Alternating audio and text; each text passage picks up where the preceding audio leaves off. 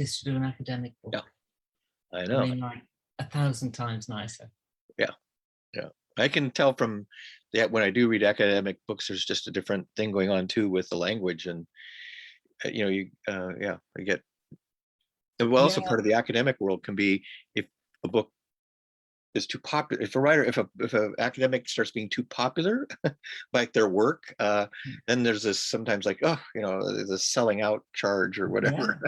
No, I mean, J.R. Tolkien got into terrible trouble with his colleagues at Oxford for writing, The Hobbit and right. the Ring sequence. Yeah, and not a serious academic. How could he possibly be? Yeah. They're just jealous. It's what you don't have to look too far to figure that out. It's often kind of envy, jealousy. Yeah.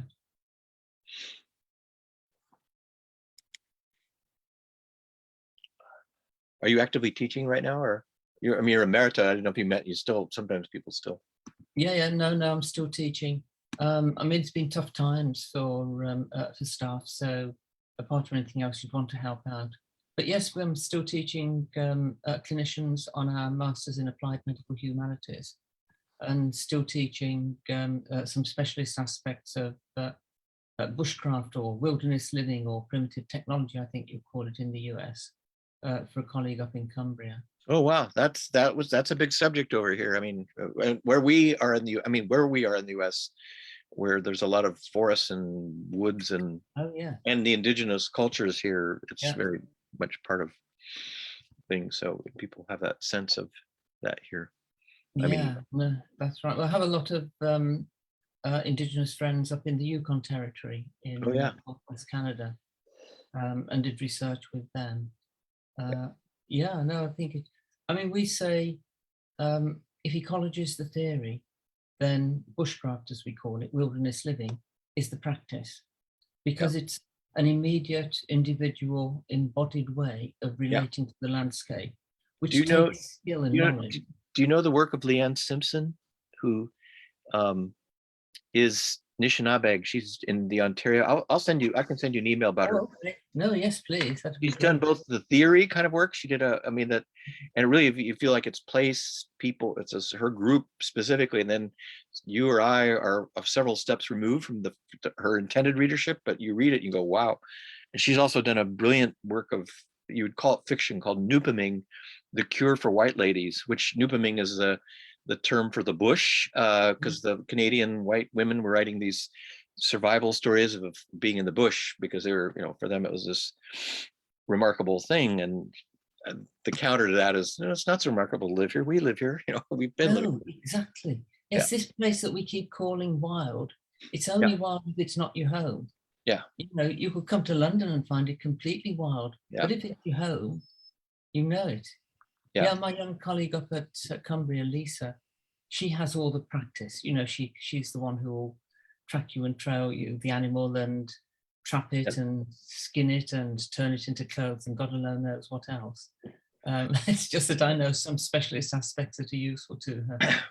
So, okay, well, Karen's given me the word.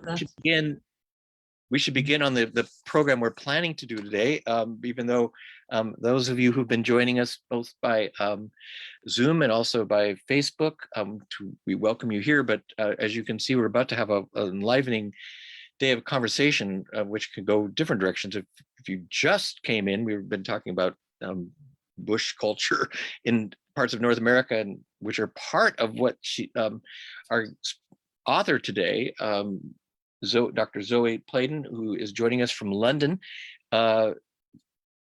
is addressing. But the reason we're doing this today, and it's a very important day, or it's an apt day, as today, November 20th, it's still that in the UK and here in North America, is Transgender Day of Remembrance. And that is apt as I guess I should say who we are. We are my colleague Karen and myself at Elliott Bay Book Company, which is on Duwamish land in the city of Seattle. We've been speaking a little bit of indigenous place and culture.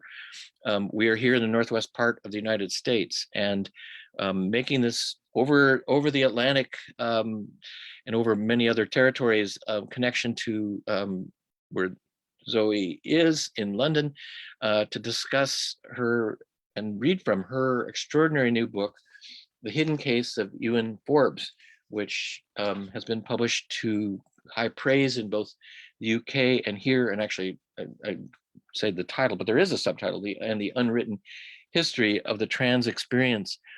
What this book that Professor Playdon has done is her first trade book. We've talked about the books that are published out into the larger world, but it comes for her following several academic publications and her role as now an emerita professor of medical humanities at the University of London. This book, the story, The Hidden Case of Ewan Forbes, is a book about a man who was born in 1912 in Scotland to a wealthy landowning family that actually, royally connected. And Ewan Forbes was assigned the gender of female at birth, and in the family it was recognized this was not really so. And though he had to live as a girl for some years, ultimately did become a male and changed identity, became a doctor, married, and lived life quite in sort of as a man, and is part of the community, a doctor, eminent in all sorts of ways. And then what this book goes into is what a pioneering case when there was a death in the family and the question of inheritance came, and his role of his gender when he was born, his gender as he was an adult, were called into question. And so it's a pioneering case, but it was also a hidden pioneering case that was for over 30 years, the results of which were kept out of public eye. And I'm going through a little bit of this. You're going to get it told much better and shown better. I think we'll get to see some images of Ewan Forbes' life and stories that Zoë will tell us. She also is herself, besides writing this book and her own long-standing academic role, has been long active in trans and gender activities. She's co-chair of the Gay and Lesbian Association of Doctors and Dentists, and co-founded the Parliamentary Forum on Gender Identity in 1994. So not only active, but long active in terms of doing things before a lot of these were publicly spoken of or acted on. And we had, I think, the conversation at some point will also move into where things have been since Ewan Forbes' life and case and all. And my colleague Karen will come in and probably engage with Zoë about that. But we hope you also will put questions in along with comments in the chat, which Karen will work in along with some of her own questions.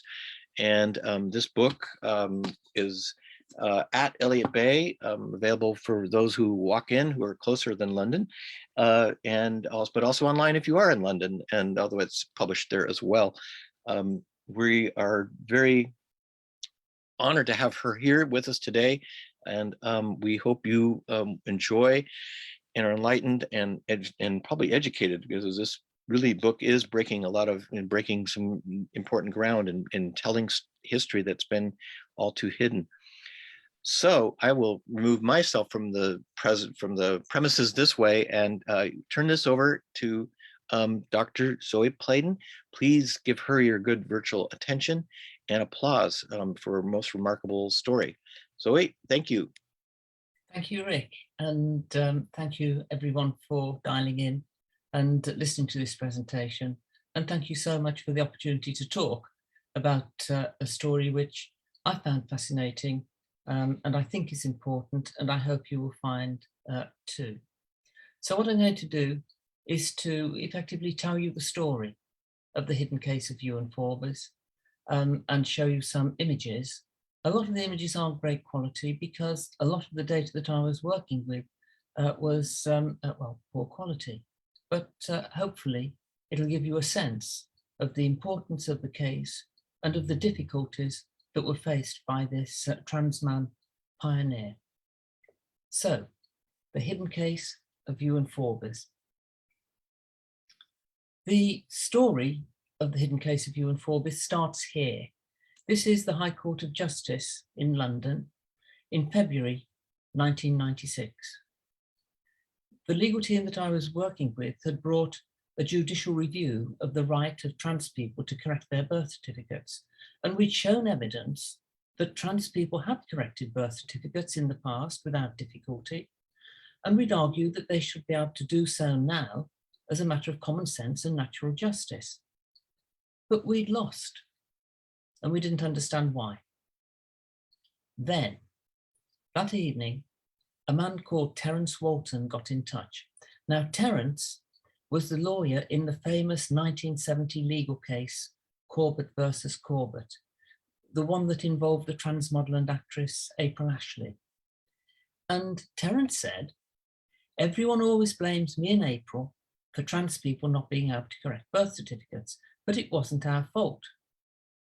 Before they went into court, he said, they were taken into the judge's chambers and shown another earlier case, told they couldn't refer to it in court, that everyone involved in it was sworn to secrecy, which now included them, and that all records of it had been removed from the public eye because, and I quote Terence here, there are some interests it's more important to protect than the rights of individuals. And after that, he would say no more. Well, this was a big shock. You always try to avoid conspiracy theory when you're doing legal activism, but coming from such an authoritative source, we had to check it out. And discussing it with colleagues, we decided it had to be a case involving primogeniture, which hopefully in the US you've never even heard of, but which is actually still a law that's in operation over here now. It's this archaic British law that says some aristocratic titles and estates can only be inherited by a man and never by a woman. And if that sounds like systemic sex discrimination to you, well, it is. But there we are. That's how things are at the moment. Until 2013, the British monarchy was decided by primogeniture, and so it's a very big deal. It often governs very big money and huge political power, since it can give the right to sit in Parliament in the House of Lords and govern. So you're not elected simply by being the oldest son in a family, you're given an automatic right to govern, which is, of course, fundamentally undemocratic. Still, as I say, that is still the law. We decided that if there was such a case in existence, this hidden case that Terence had referred to, then it had to be an aristocratic trans man, and what we should do is to start by eliminating the people that we knew about. Well, one of my colleagues remembered Ewan Forbes, and they faxed through his obituary, this obituary here from the Daily Telegraph. And reading it through, it looked from the narrative as though Ewan had actually been intersexed, as if he'd got a natural biological variation of sex rather than being trans. And it also looked as though the court case that was referred to would be easy to find and just eliminate it and move on.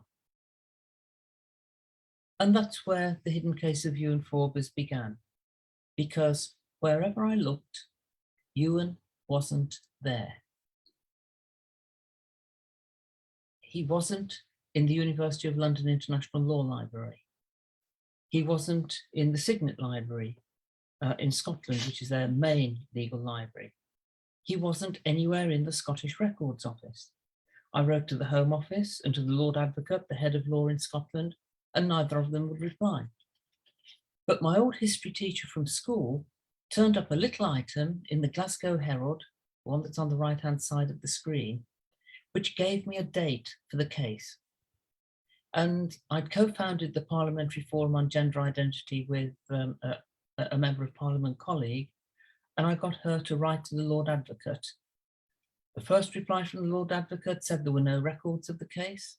The second said that there were records, but the Lord Advocate didn't feel it appropriate to release them to a Member of Parliament. And this was inexplicable, because the records of every case have to be available because we have this thing, the law of precedent, that says the decision in one case decides the law until another case in a more senior court changes it. So without Ewan's case, we had no law of precedent. And in fact, it meant that the legal system of the UK was being compromised. Anyway, in the end, it took 2 years and the direct intervention of the Home Secretary for the case records to be released. And here they are. 500 pages of verbatim transcript of a trial that took place over 4 days in May 1967, together with the judge's decision. And as you can see, there are endless little post-it notes there. That was what I needed to do to carry out eventually a forensic analysis of the case to reconstruct what happened. Here's the short story.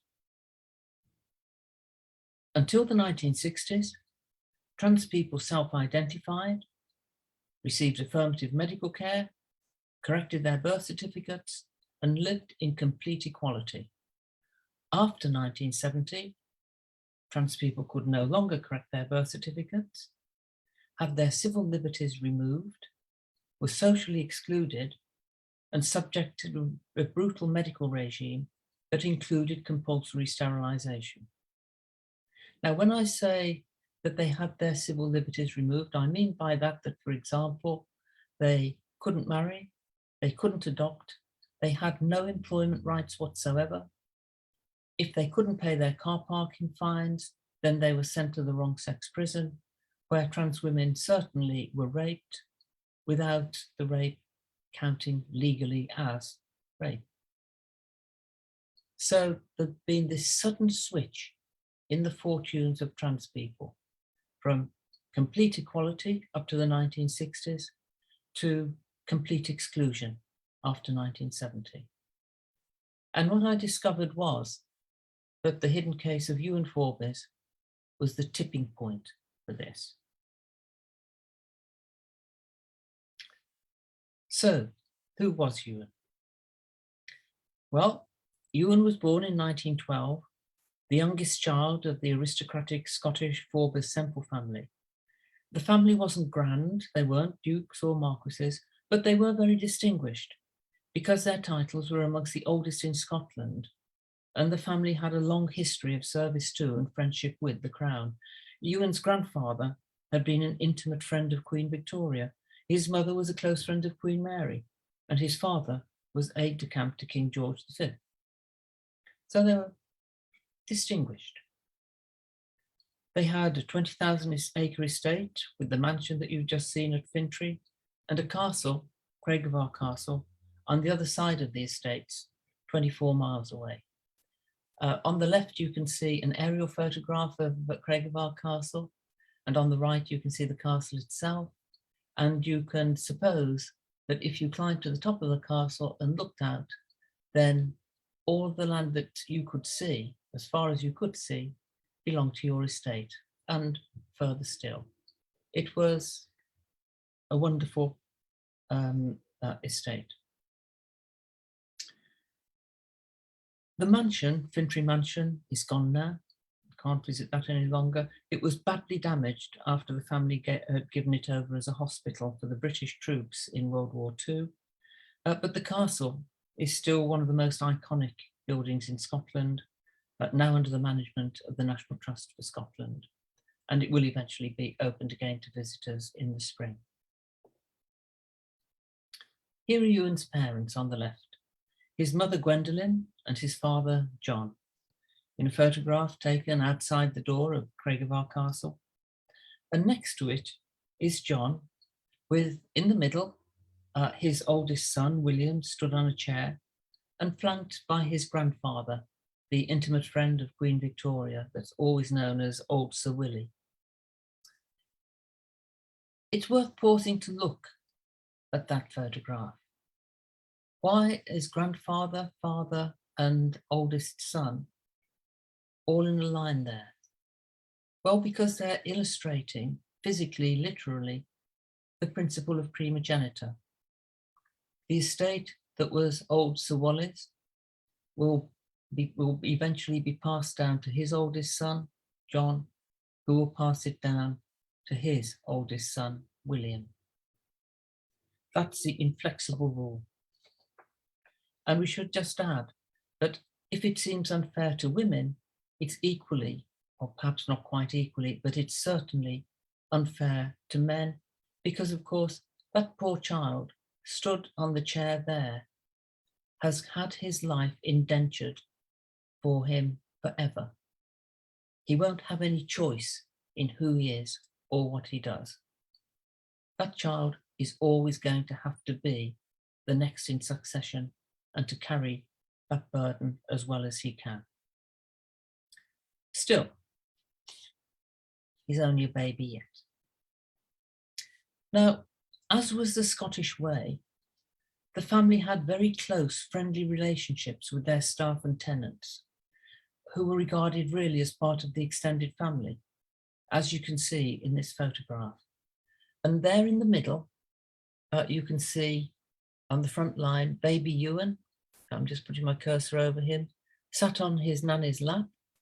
And on one side is his older sister, Margaret, and on Margaret just there, and on the other side, his brother, William, and next to Margaret, father and mother. And this is our very first glimpse of Ewan as a babe in arms. This was Ewan's life at Fintry. Huge, wonderful rooms, spacious, beautiful, a massive painting of old Sir Wally in his prime, in full Highland dress, towering above everyone in the dining room. That's one end of the dining room. This is the other. And over here, you'll see there's still plenty of room for a couple of grand pianos and a full-size harp. So this is life in the grand style. This is how Ewan was brought up.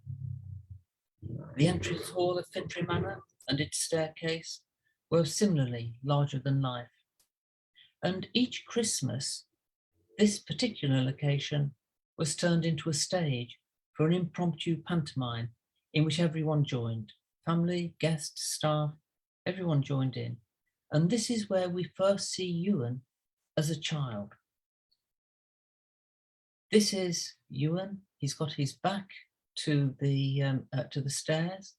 He's standing between two girls, one wearing a crown, one wearing a hat. Ewan, though, is bareheaded, hair brushed back from a high forehead, his gaze direct and quizzical. His face is thinner than the other children, making him seem frailer, but his chin is tilted defiantly upwards, and he's dressed in some kind of ornate tunic, making him an androgynous figure when compared with the girls in their frocks framing him. And this is Ewan, just about 6 years old. And I think it's a significant age because we know it's round about 6 that children start to get their sense of a stable gender identity and to articulate that. Over here, dressed as Britannia, is his sister, Margaret, and we think that this probably means that the photo was taken at Christmas of 1918, and Margaret's somehow epitomising Britain's victory in World War I. Ewan's father, John, is sat down here with a false pigtail and makeup on like a pantomime Aladdin, while his mother is looking pretty much exhausted, presumably having organised all of this all day in this elaborate dress and corseted waist. And in the middle of it all, almost dead centre, is little Ewan. Little does he know what's to become of him. His older sister Margaret and his older brother William led really quite separate lives with their own particular interests. Margaret was very much about raising Shetland ponies. William was one of the UK's leaders in the, well, internationally a leader in developing the airspace industry. But as Ewan grew up, it became clear to his mother that although he'd been assigned female at birth, he was definitely a boy. And so she let him dress and play as he liked at home. He socially transitioned, as we'd say today. And instead of sending him to boarding school where he'd have been treated as a girl, she homeschooled him. And here we can see little Ewan, about 10 years old now, riding his pony, dressed in rat catchers, you know, the informal dress for riding, setting out on the journey from Craigavon to Fintry, the 24-mile journey. At the front, we have his sister Margaret settling her Pekingese dog in her pony cart. And in the middle, the mother Gwendolyn, who is driving a governess cart. And it looks, while Ewan is staring at us in the camera, happy and looking forward to the adventure, it seems as though Gwendolyn's gaze is on him. And perhaps, like the parents of trans children today, she's starting to feel anxious. Ewan's 10 years old. Well, puberty came later in those days. But a major concern for today's trans parents, and of course for today's trans kids, is that the kid shouldn't go through the wrong puberty. And that was going to be an issue for Ewan, just as it is an issue today. Fortunately, though, we're in now about 1922, 1923. Puberty is still a few years off for Ewan. And what's more, there have been advances in trans medicine. Back in 1886, Richard von Krafft-Ebing had produced the first clinical description of being trans in Psychopathia Sexualis. It's hardly a flattering description, but at least what it did was to identify being trans as some kind of physical intersex condition. And this was the view that was then taken, continued to be taken by other experts in the field. Here we have Magnus Hirschfeld, who opened his groundbreaking clinic in Berlin, his Institute of Sexual Sciences. And on the right there is Dorchen Richter, the first trans woman that we know of, who Magnus Hirschfeld gave affirmative medical care to.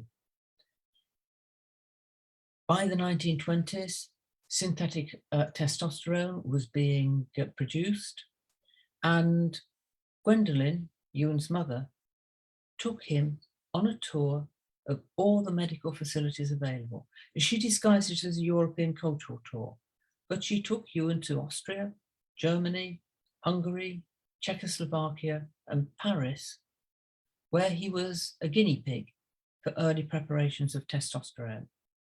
So by the time he was 17, he was growing both chest and facial hair, and he had avoided the wrong puberty. And here he is, just a few weeks before his 21st birthday at the Lonnock Highland gathering, relaxed, happy, friendly.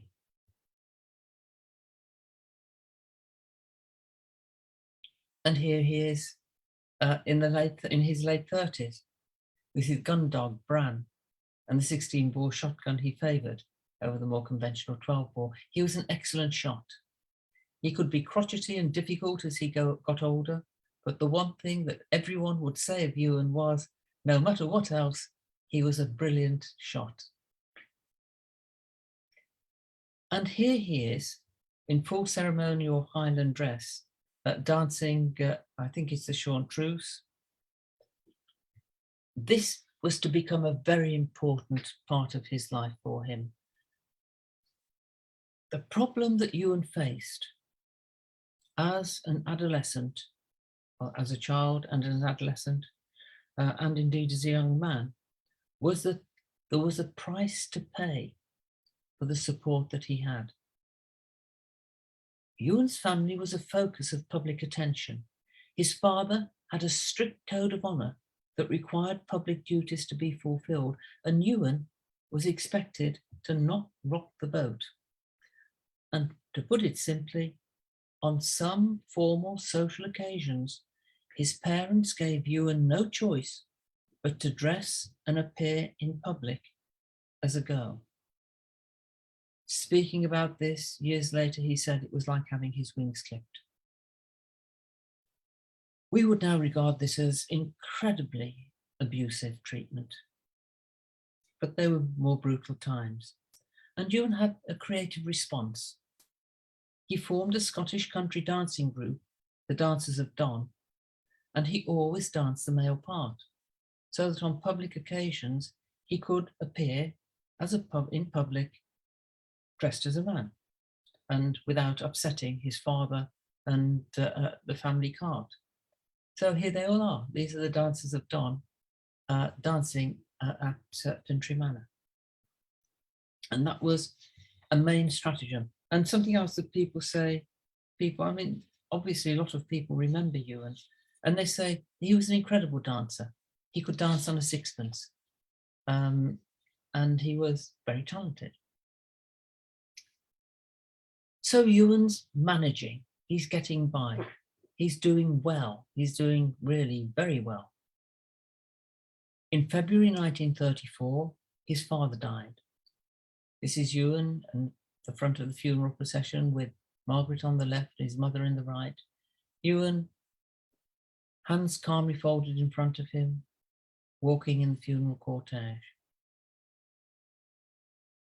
At this point then, in 1934, the fate of that poor child standing on the chair comes about, and he inherits the family titles and the family estates. While Ewan follows his ambitions, his personal ambitions, to become a doctor. Here's the old Aberdeen Medical School, which Ewan joined in 1939 as a relatively mature student at 27 years old. And this is his photo from the medical school yearbook. And here's an image that we have of him in surgery.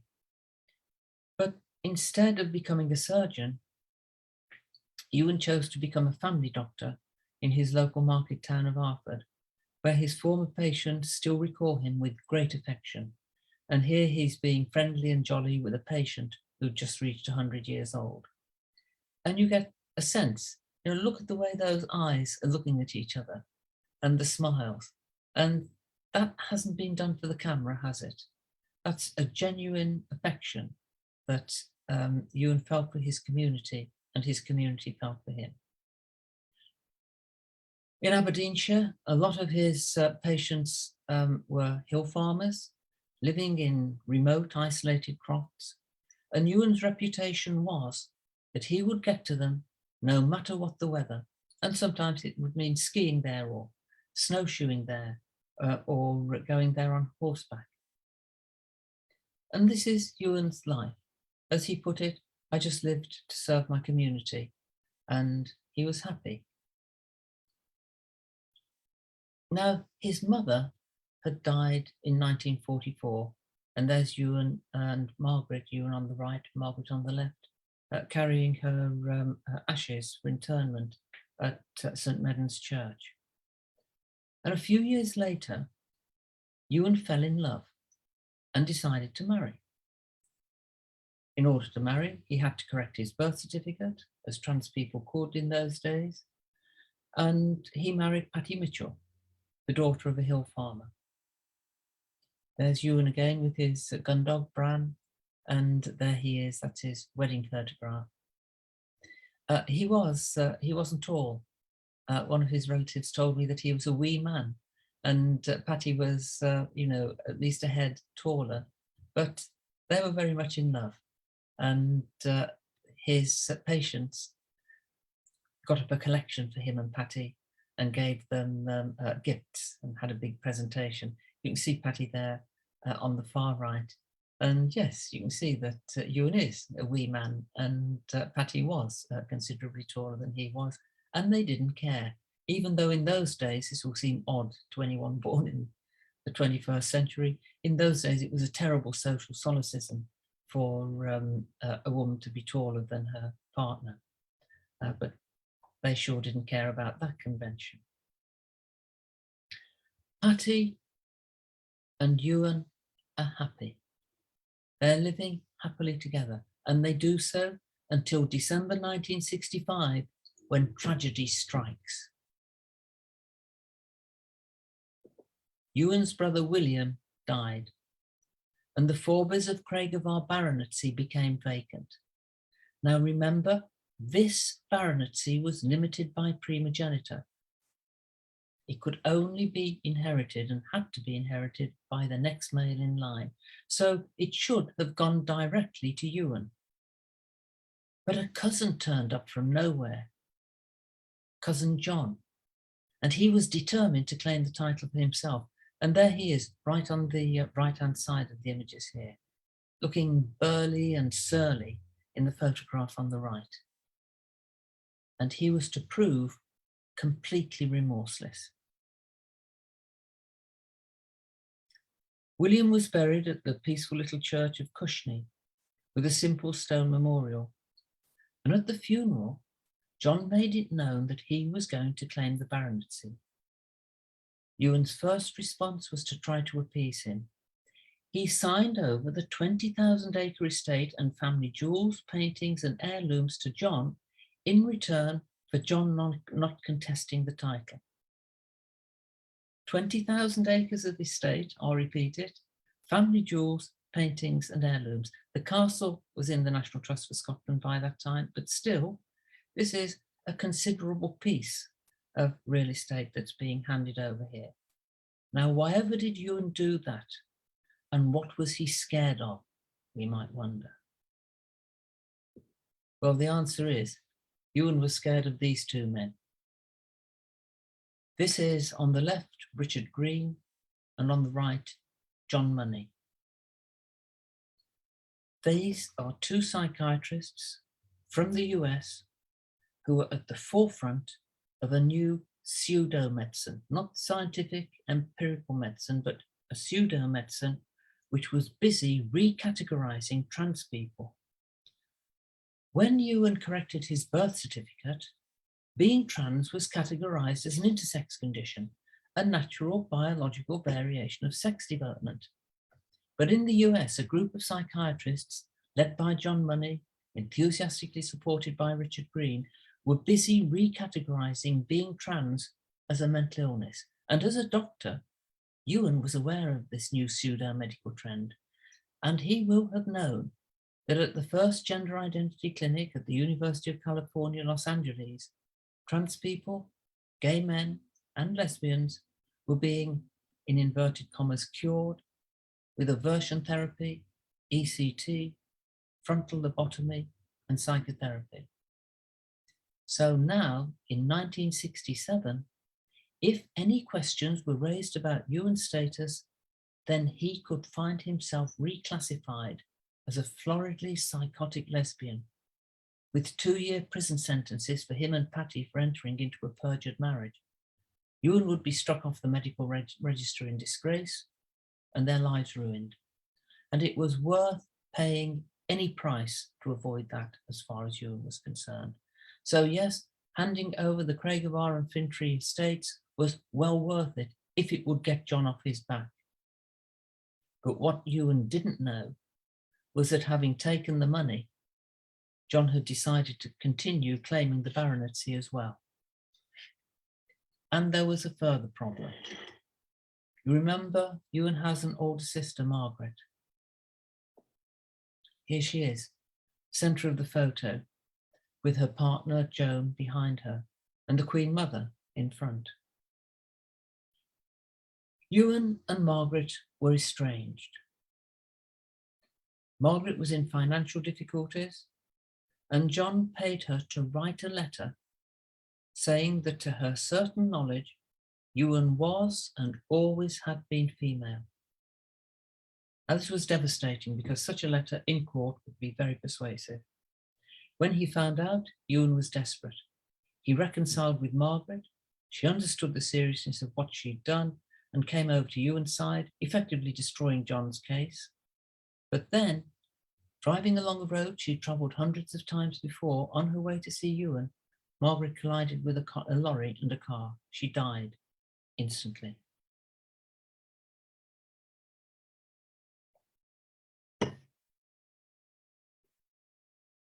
Now, Ewan and Patty have to go to court on the 15th of May 1967 for a 4-day hearing. Absolutely desperate, his back against the wall, Ewan had created an audacious and impossible defence. It's too complicated to explain his defence to you. I'm afraid you'll have to read the book for that. But it did mean that 3 years later, in December 1968, Ewan won his case and succeeded to the baronetcy. And in so doing, he caused a constitutional crisis.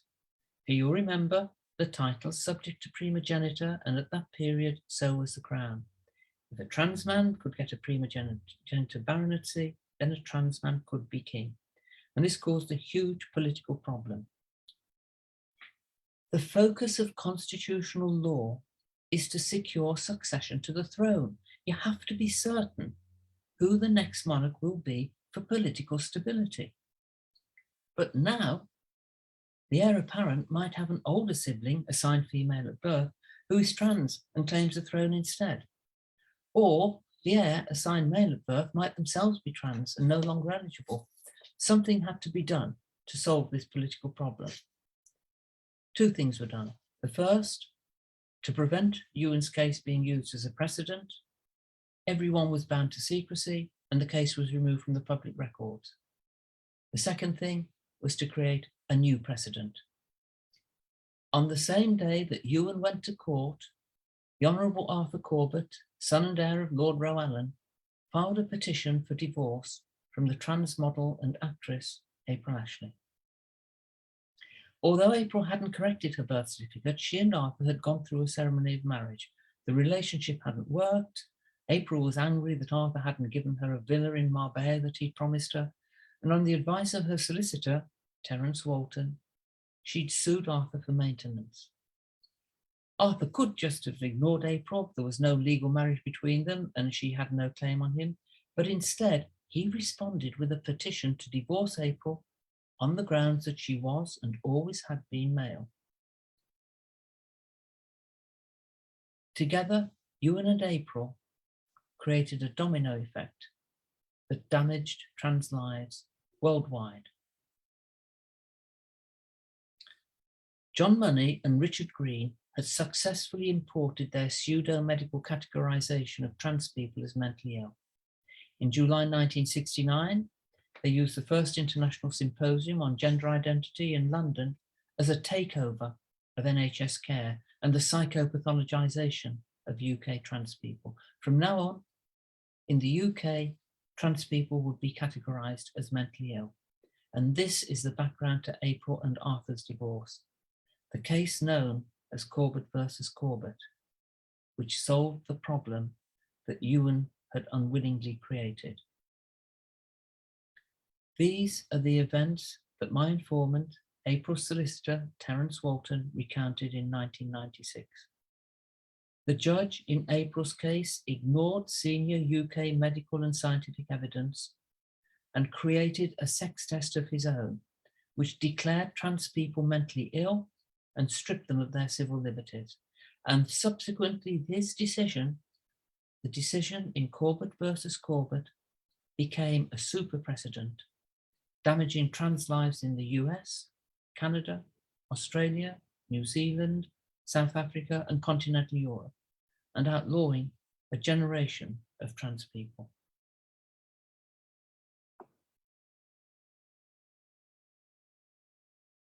The consequences are pretty terrible.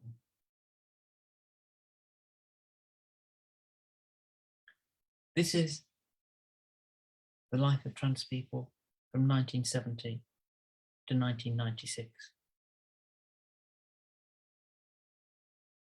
In 1984, now an old man, Ewan wrote a slender memoir, The Old Days, in which he made no mention of either the trial or the circumstances that had given rise to it. He died in September 1991, his body cremated and ashes scattered, and a quiet memorial held for him in the little church where he'd been an elder. In 1991 too, a trans woman we know only as P took employment with Cornwall County Council. The bullying and subsequent brutal dismissal she was subjected to was to lead to a landmark decision in the European Court of Justice in 1996. The first time anywhere in the world that discrimination against a trans person was outlawed. Like Ewan's, P's verdict took 3 years to reach, and this is the only photograph we have of her. But for the first time, for 26 years, trans people had employment rights, and a series of other rights fairly rapidly began to follow. So, the hidden case of Ewan Forbes was a springboard for 26 years of the most horrific trans exclusion. The publicised case of April Ashley, Corbett versus Corbett, was used worldwide to damage trans people's lives while Ewan's case was hidden away. Trans people today are still fighting for the restoration of an equality that was formerly theirs without question. This is a crucial thing, where we've been fighting for new rights for gay men and lesbians. What we're fighting for is a restoration of rights that were removed from trans people. And that's why knowing this history is important, I believe. For in a democratic society, none of us are equal until we're all equal. Thank you.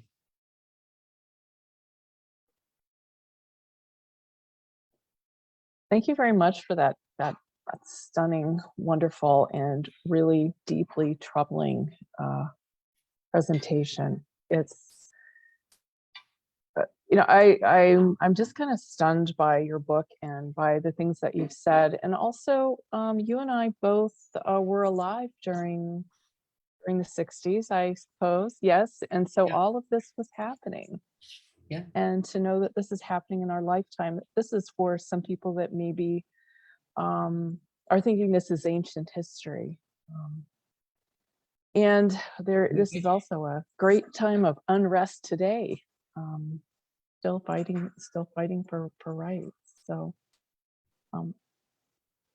I'd like to encourage anyone who's in the audience, whether you're listening along on Facebook or if you're in the Zoom, to write any questions that you might have, either about the book or current events of Dr. Playdon, and we'll read any of those questions. So I was really interested in your book, in particularly, and you haven't spoken so much of this, but the last chapters where you basically do a really wonderful history of some of the struggles that transgender people have faced, both in the US and in the UK. And you've written about something called the Gender Recognition Act. And I wonder if you could speak to that a little bit. And I think that is still an ongoing situation in the UK.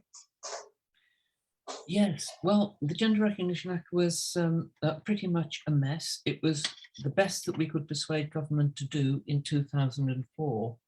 And effectively, what it does is give some limited rights to trans people who can provide evidence, medical evidence that they're trans. You can then apply for a gender recognition certificate, and that gives you access to a pretend birth certificate. But your original birth certificate still remains online. And one of the problems with the Gender Recognition Act and its certificate is that it encourages this notion of masquerade. It's been a constant trope that trans people aren't really the sex or gender that they say they are, that they're masquerading as that. And the false birth certificate sort of supports that. It has a long list of exclusions from civil liberties, and guess what? It includes inheritance of title.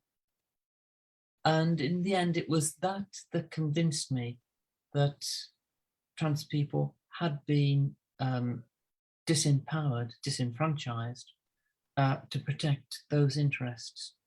In the last 6 years in the UK, we have had 6 bills, one every year, entered into Parliament to end primogeniture, and they've all failed. Each year, one's been entered and it's been killed. The next year, another entered, killed, another killed, 6 in a row. So we can see that primogeniture, although it's an archaic law, it's still a very, very important issue for an awful lot of terrifically important people. And trans rights have been sacrificed to that. We proposed reforming the Gender Recognition Act, and we almost got there.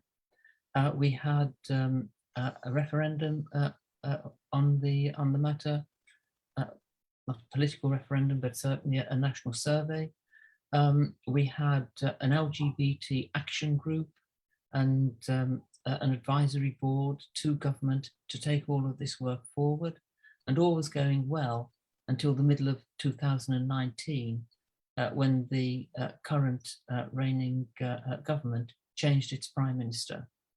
And one of the first acts of the new prime minister, Boris Johnson, was to end the action plan, close down the advisory group, remove all possibility of reforming the Gender Recognition Act, and actually at the moment, I believe, is proposing to end the Women's and Equalities Committee. So we have, yes, I know, yeah. I mean, you thought Trump was bad, and he sure was, but we've kind of got Trump plus over here. It's very dark. Surely there's a pushback to this, these actions. Pushback is quite difficult. Yes, trans community groups and obviously books like this and other books are published. But one of the problems is that the media over here, even the quality media, you know, the press that we would think would be more balanced, isn't.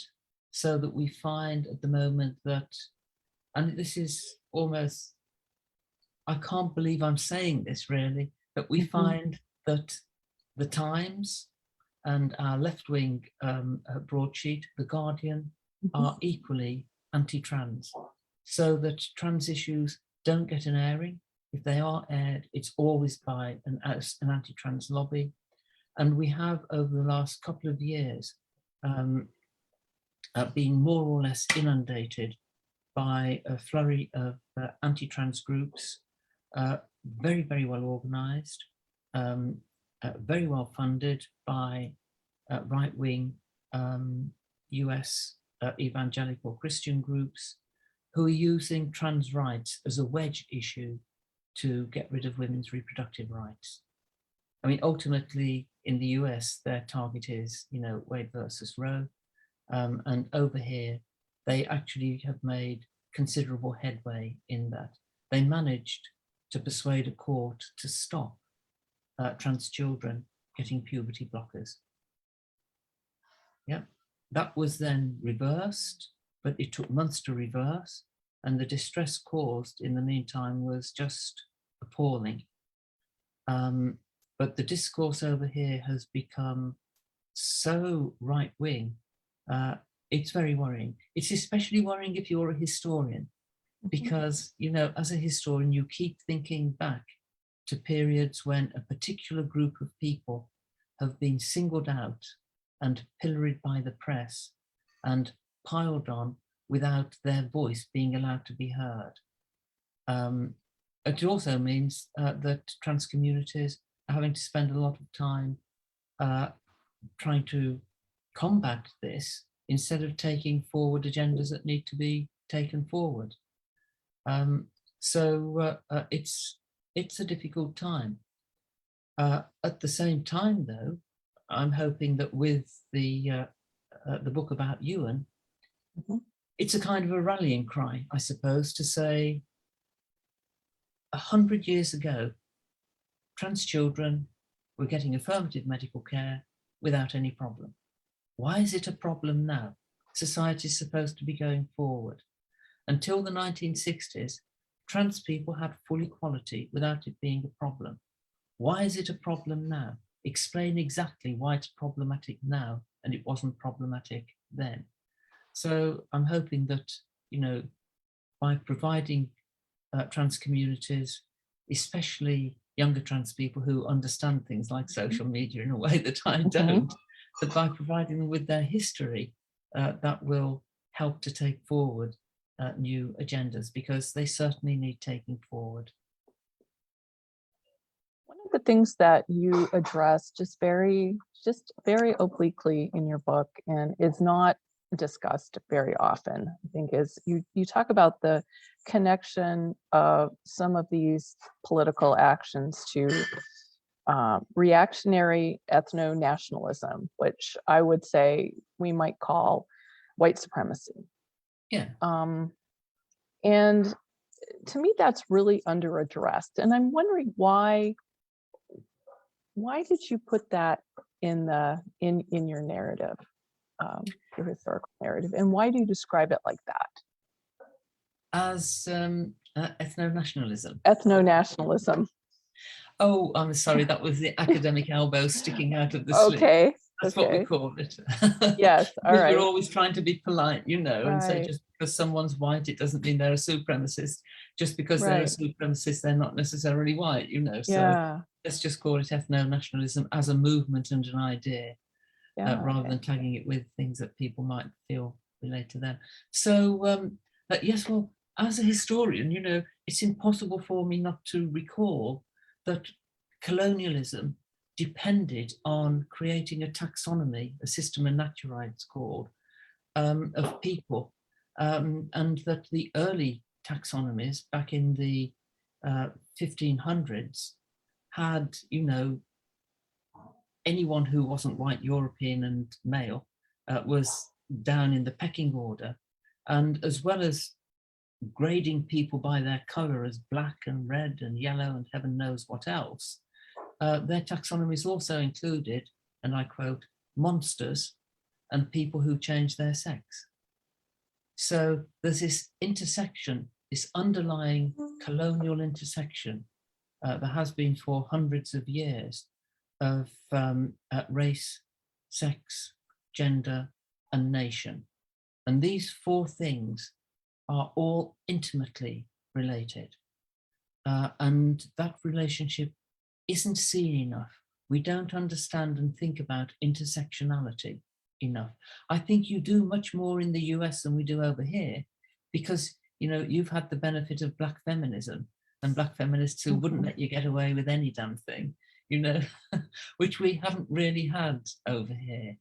But that seems to me to be a crucial area for thinking about. So yeah, so I wanted to raise it as a thing, and also because that's what happens. We do find that groups of people who are anti-trans are also anti anything else that, as far as they're concerned, is other, you know, with a capital O. That's not them, not me. I mean, honestly, these people are British. Whatever is British, we've been overrun for thousands of years by all of the rest of the world so many times.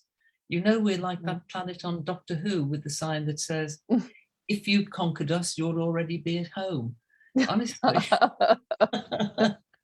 Our language is a mess of everybody else's language, which is why I suppose we don't learn other people's, because we feel they've already colonized ours. Really? And we're taking the high ground about being pure-blooded?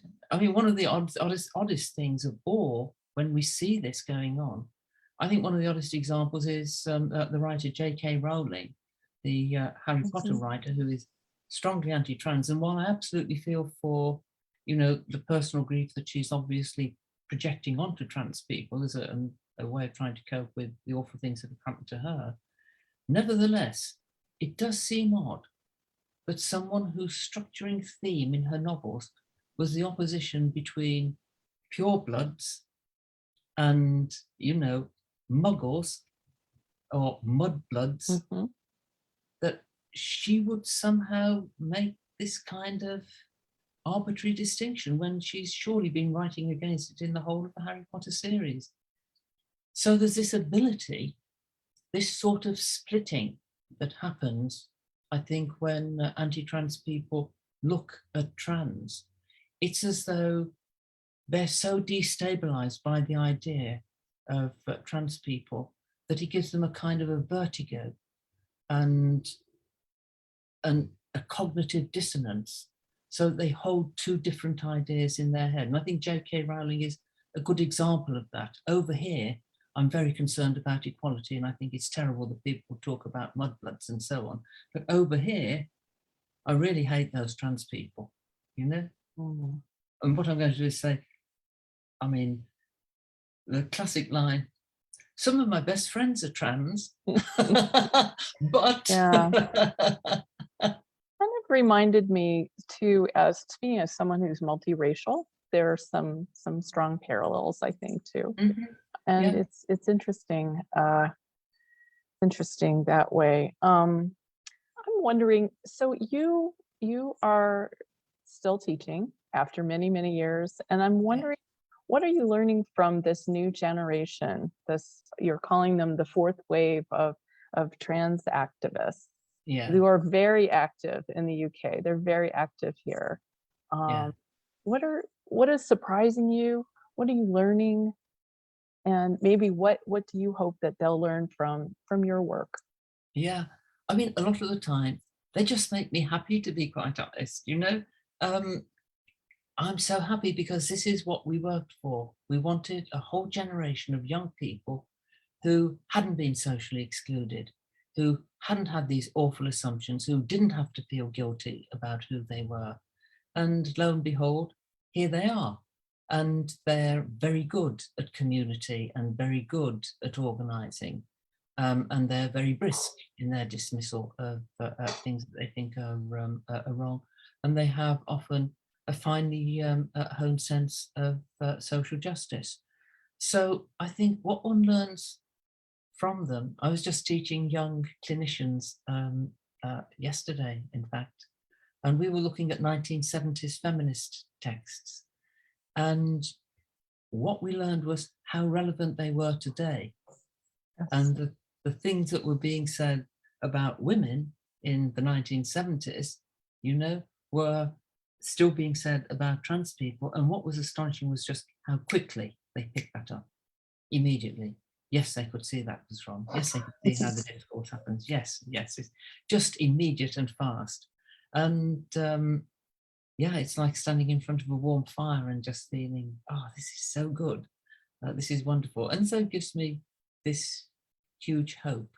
I also think the best thing, the single best thing that fourth wave trans activists have done is to articulate so forcefully their claim to a non-binary existence. Because that was something that was absolutely not allowed for third wave, absolutely not. If you even suggested to your psychiatrist, who was of course the gatekeeper to everything, that you'd quite like to be somewhere in the middle, then you weren't serious, you were off the program, no meds, no nothing. Off you go. You're just, everything's refused. It was compulsory sterilization or nothing. For we have no idea how many people would have chosen to be non-binary had that been an option. So this articulation of a non-binary existence, this refusal to let anyone else define what their body should be like is, I think, totally wonderful. And yeah, it teaches you more than anything else that you want to be young again.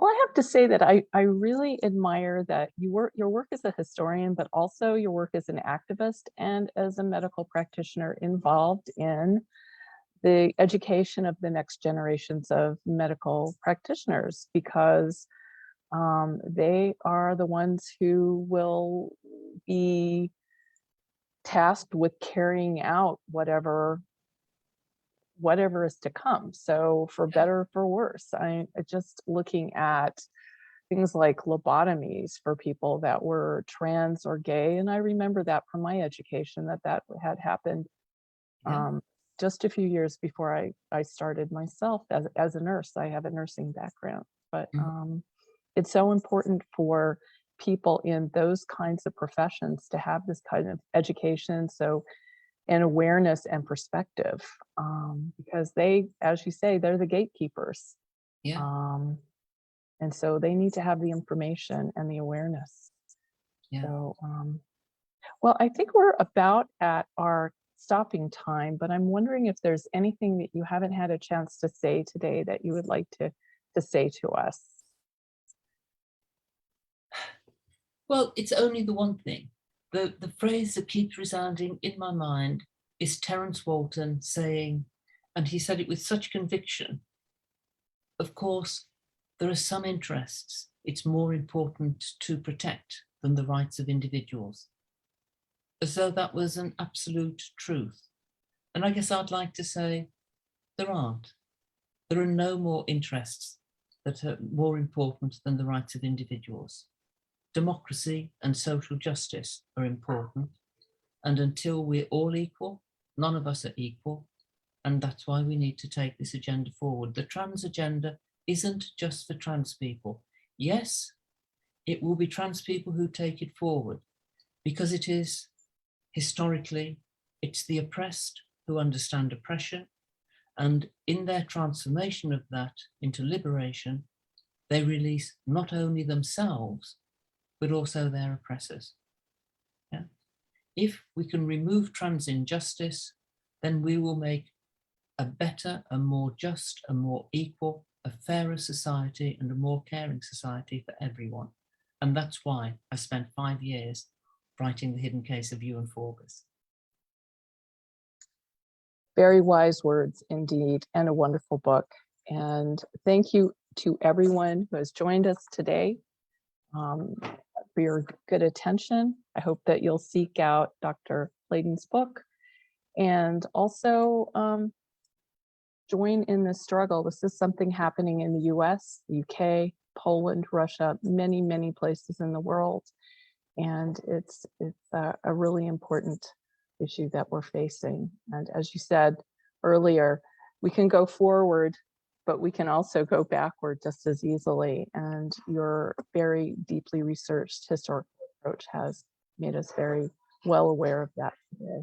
So thank you very much. And thank you very much. Hope to welcome you to Seattle at some point when we can travel again. We'd love to see you in our city. I so want to come to Seattle, you know.